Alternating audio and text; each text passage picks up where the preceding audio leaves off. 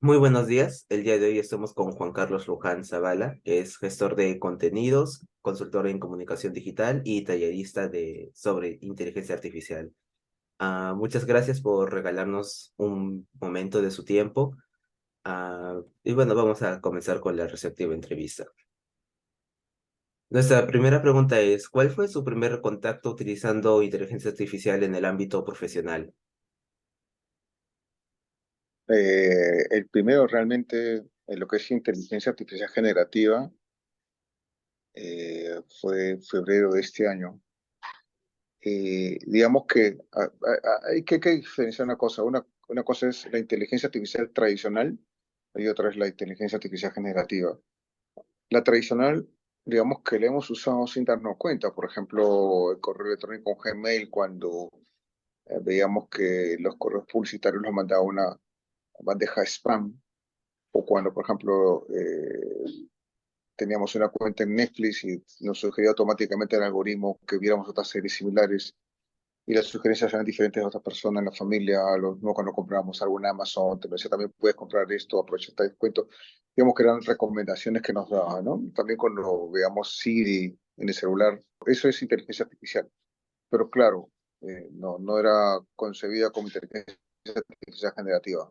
A partir de la aparición de ChatGPT es cuando en noviembre del 2022, justo hace un año, es cuando ya comienza digamos, a hablarse de modelos de lenguaje capaces de interactuar con uno a través de texto preliminarmente, ¿no? Después eso evolucionó hacia el tema de videos y audios, y ahora con lo que va a lanzar Google en enero, pues la cosa es mucho más revolucionaria, ¿no?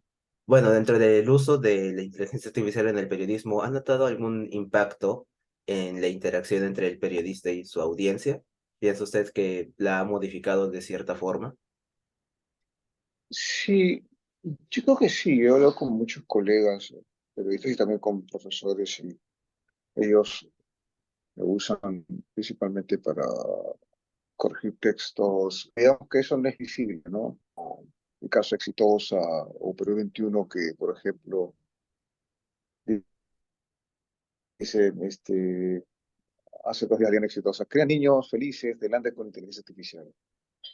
O sea, si analizamos bien el concepto de periodismo, eso no es relevante, pues. Se supone que Claro. el periodismo es para informar, orientar y educar.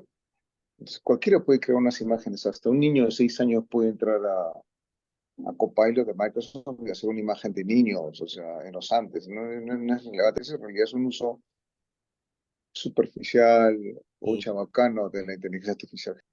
ahora que mencioné el streaming, también puede que suceda algo similar a lo que está sucediendo con él actualmente, que a raíz del auge de la inteligencia artificial generativa, cada empresa trate de crear una propia, generando una competencia entre cuál predomina entre todas. Sí, de hecho, pues se ha desatado una competencia interesante para nosotros.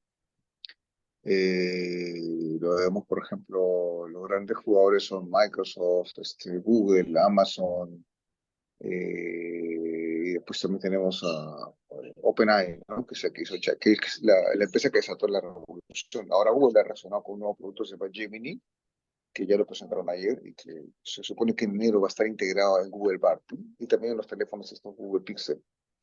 Y también van a cobrar, obviamente. Entonces, el tema está en que esos cobros pues, son un poco elevados para el promedio del público latinoamericano, ¿no? Entonces, al final lo que vamos a ver es, creo yo, una mayor brecha, ¿no?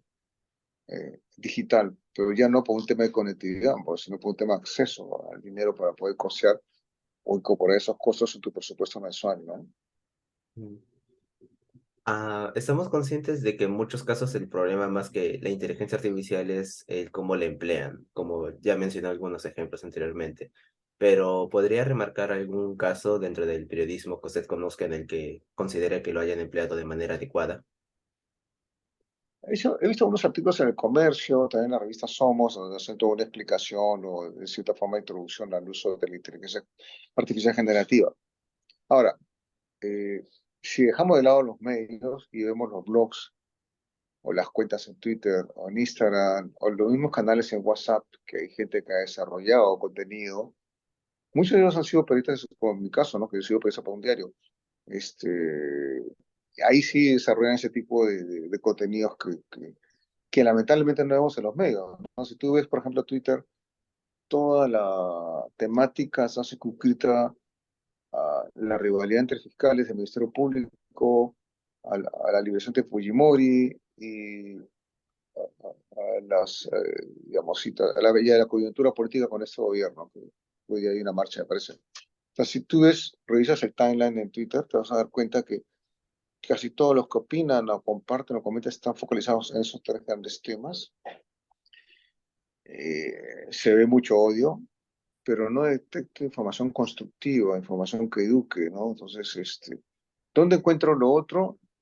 La versión contraria la encuentro, pues, por ejemplo, en LinkedIn, la encuentro en Instagram, donde incluso podemos ver lo que están haciendo otros países, ¿no? Entonces, es un tema muy interesante que creo que la gente tiene que abordarlo, ¿no? O sea, o vas por el tema constructivo de aprendizaje en estos tiempos, o te vas por el lado del comentario político, destructivo, el odio, etcétera, etcétera, ¿no? Que al final no conduce a nada, porque discutes con otro que tiene idea diferente, nunca van a cambiar de idea, pero está en ese proceso que, digamos que no conduce a nada, ¿no? O sea, no vas a cambiar el sistema con ese tipo de discusiones en Twitter.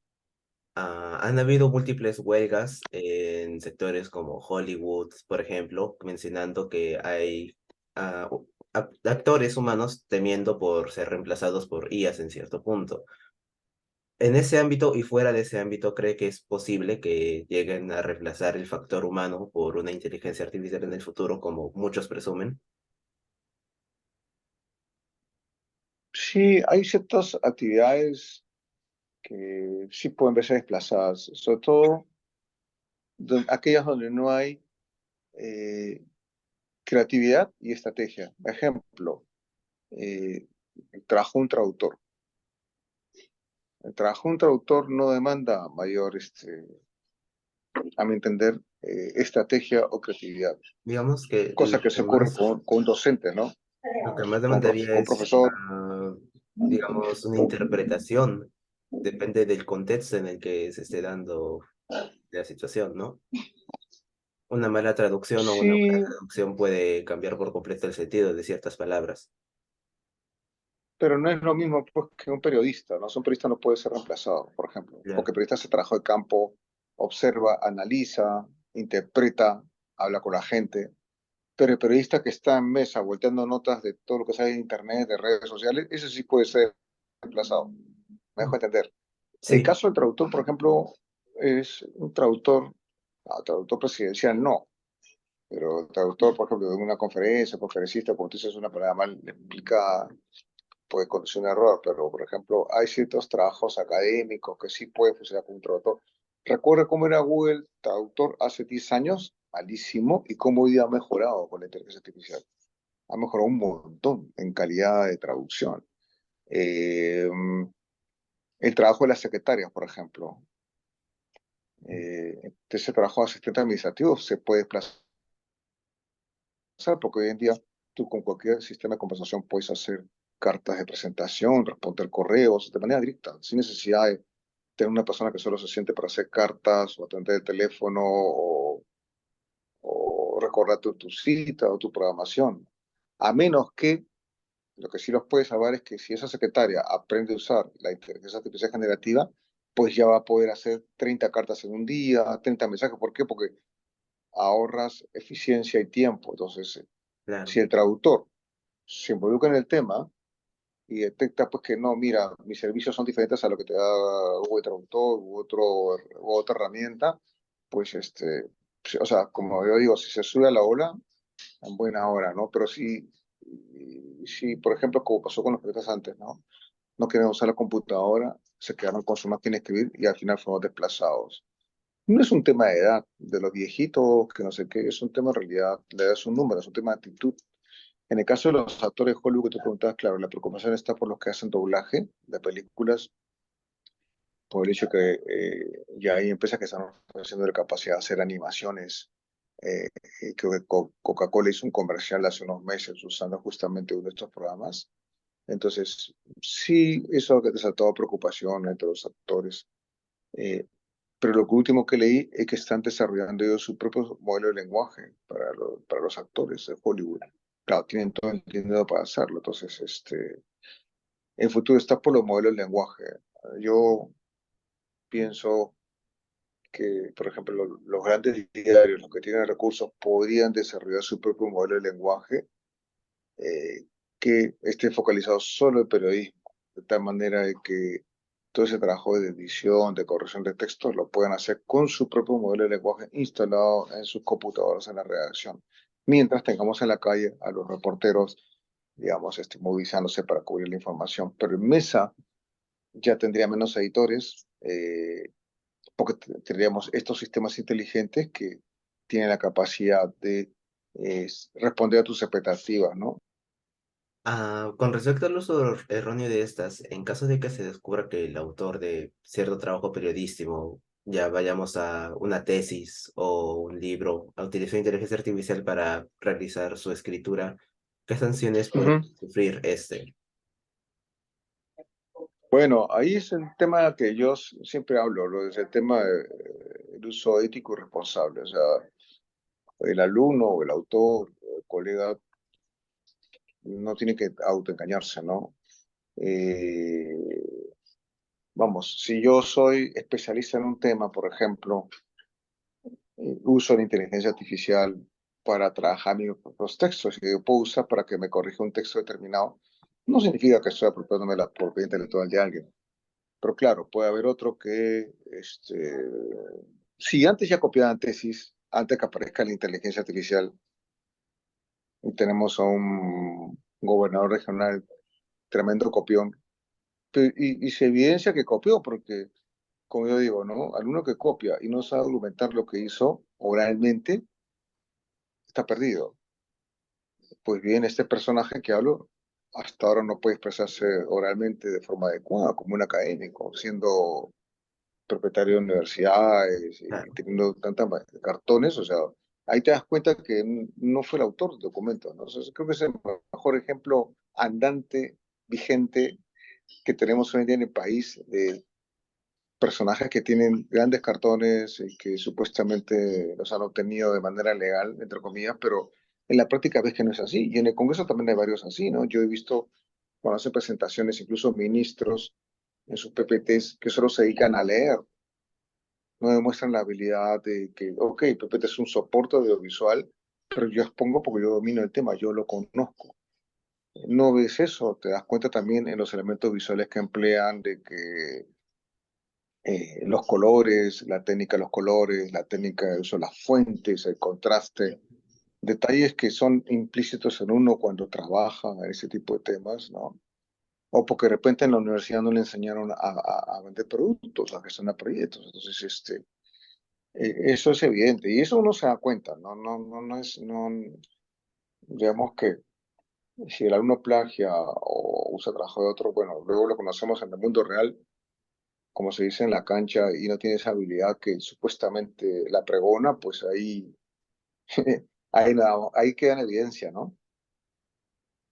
Y bueno, siendo una era en la que es una herramienta recién implementada, es notario como muchos estudiantes, tanto de secundaria como universitarios, están empezando a emplear el ChatGPT de más, ¿no? Que es el más popular. En ese caso, ¿cree usted que eso conlleve a una afección en la carrera Sí, futuro?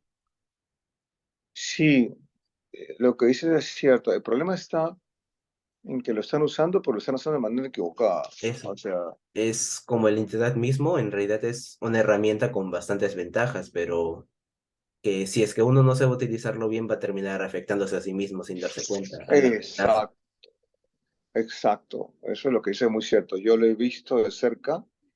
Eh, Justo esta semana estoy terminando unos talleres con profesores de la UPAO en Trujillo, son como 150 profesores, este grupo de profes. Y después de los talleres, la conversación que sostengo con ellos, entienden mucho mejor cómo hay que usar la inteligencia artificial. Ya la venían usando, pero ahora entienden los alcances y los niveles que te permiten generar, pero además entienden que eso hay que transmitirle a los alumnos, ¿no? Entonces, El tema es que no ser sorprendidos por los alumnos. Entonces, yo creo que lo que tú señalas es importante, que así como la Universidad de UPAO, otras universidades deben preocuparse por el tema de la formación de los profesores en cómo es este tema de la inteligencia artificial generativa, que no solo es ChatGPT, hay más de 6.000 herramientas hoy día en el mercado. 50 son las más populares. De las 50 populares, según un estudio que salió hace unos días, 20 utilizo yo, o he utilizado o he experimentado, así intensamente. Pero habían 30 más. Pero claro, de esas 30 más, no todas son ideales para un profesor o para un alumno, porque por ejemplo hay algunas que toman identidad de animes, tipo, ¿te acuerdas de los Tamaguchi? Ok, es virtual, Claro. y tú interactúas con ellos, haces preguntas, o sea, es como una otra, como una persona, pero está considerado como uno de los más populares. Lo usan mucho en Estados Unidos. Y, por ejemplo, el uso de eso no te genera productividad, es solamente lúdico. Entonces, eh, creo que por eso es importante orientar, no solo al profesor, sino también luego que el profesor orienta a sus alumnos.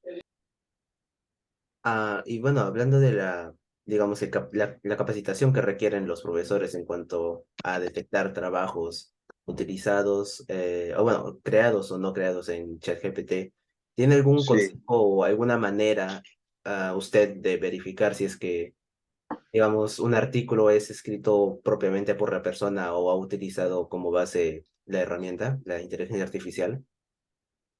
hay algunas herramientas en línea, pero no son 100% eficientes. Creo que, como yo he recomendado a profesores, la mejor forma de detectar si el alumno hizo o no ese trabajo es sometiéndole a exposición oral, ¿no? Creo Mm. que debemos volver a ese tipo de evaluaciones con los alumnos, ¿no? En 5 minutos explícame lo que has hecho. Y ahí uno se va a dar cuenta si realmente hizo o no hizo ese trabajo. También mencionó una gran cantidad de inteligencias artificiales actualmente. Evidentemente, el más conocido es ChatGPT, pero en su ámbito, digamos, más personal, ¿tiene alguno que destaque para usted, que utilice más que el resto? Sí, eh, Claude o Claude es uno de ellos, que es muy bueno.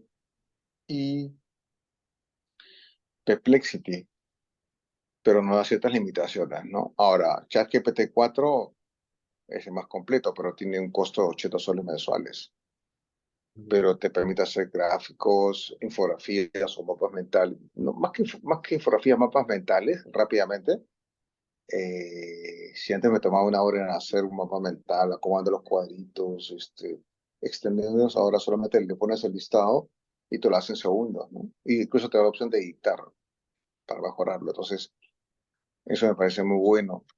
Pero sí, interactuando tanto con Claude como con Copilot y con ChatGPT 3.5 y Perplexity en simultáneo, o sea, con las 4 ventanas, sí, pues hace trabajos interesantes, ¿no?